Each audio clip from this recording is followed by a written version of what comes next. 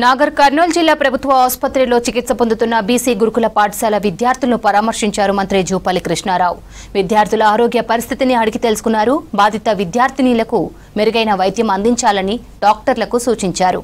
ఘటనపై పూర్తి స్థాయిలో విచారణ జరిపి బాధ్యులపై చర్యలు తీసుకుంటామని విద్యార్థుల పేరెంట్స్ కు హామీ ఇచ్చారు మంత్రి.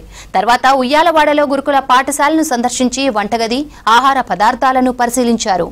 భవిష్యత్తులో ఇలాంటి ఘటనలు పునరావృతం కాకుండా పకడ్బందీగా చర్యలు చేపట్టాలని అధికారులను ఆదేశించారు మంత్రి జూపల్లి.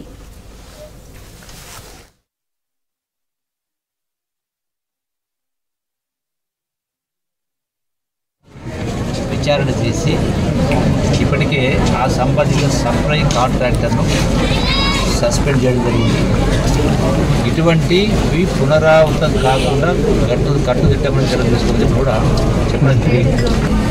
గురుకుల పాఠశాల కానీ ఇంకోటి కానీ పిల్లలకు ఇలా రాష్ట్రంలో గత ప్రభుత్వం ప్రతి గ్రామంలో స్కూల్ బిల్డింగ్స్ ఉన్నాయి. ప్రతి గ్రామంలో ఇలా సుమారుగా 20,000 గ్రామాలు ఉంటే, గ్రామాల తాండాలు ఉంటే ప్రతి గ్రామాల్లో స్కూల్ బిల్డింగ్స్ ఉన్నాయి. పిల్లల్ని పొద్దున్న 7 గంటల స్కూల్ కట్టియండి, వాళ్ళకు పొద్దున్న టిఫిన్ పెడితే పొద్దున్న 7 నుంచి సాయంకాలం 7 దాకా పిల్లల్ని గవర్నమెంట్ స్కూల్లో ఉంచింది.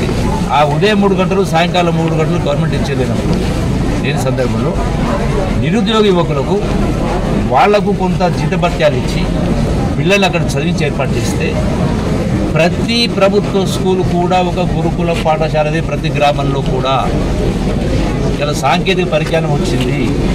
ఈ మాటలు మాట్లాడి నేను చివరి ఒక మాట అన్నా, పొద్దున్నే వాళ్ళకు ఉన్నది ఏదో కలో గంజో దాగొస్తారు అన్న. ఎంబడే కేసీఆర్ హరి సాక్ష్యం అట్టెట్లా మాడతారండి, కలో గంజ అంటారు ఏంది అన్నాడు. అంటే కలో గంజ అంటే ఊత పదమా, అది తప్పుడు పదమా, బూతు పదమా? నేను చెప్పినంత గాలిపోయింది. కలో గంజ ముందుకు వచ్చింది. ఆ రోజు ఎందుకు మాట్లాడలే మరి హరీష్ రావు, ఎందుకు మాట్లాడలే? నేను చెప్పింది తప్ప, లెక్క తప్ప. గొప్పగా 5 లక్షల మంది విద్యార్థులు కట్టించమంటే ఉన్నది 60 లక్షలు. తెలంగాణ తెచ్చుకొని ధనిక రాష్ట్రం అప్ప చెప్తే 8 లక్షల కోట్లు అప్పు చేసి మీ మళ్ళీ ఇప్పటికి కూడా 40 లక్షల మంది ఎందుకు బయట చదవాల్సి వస్తూ ఉంది? ఆ జ్ఞానం లేదు ఆ రోజు.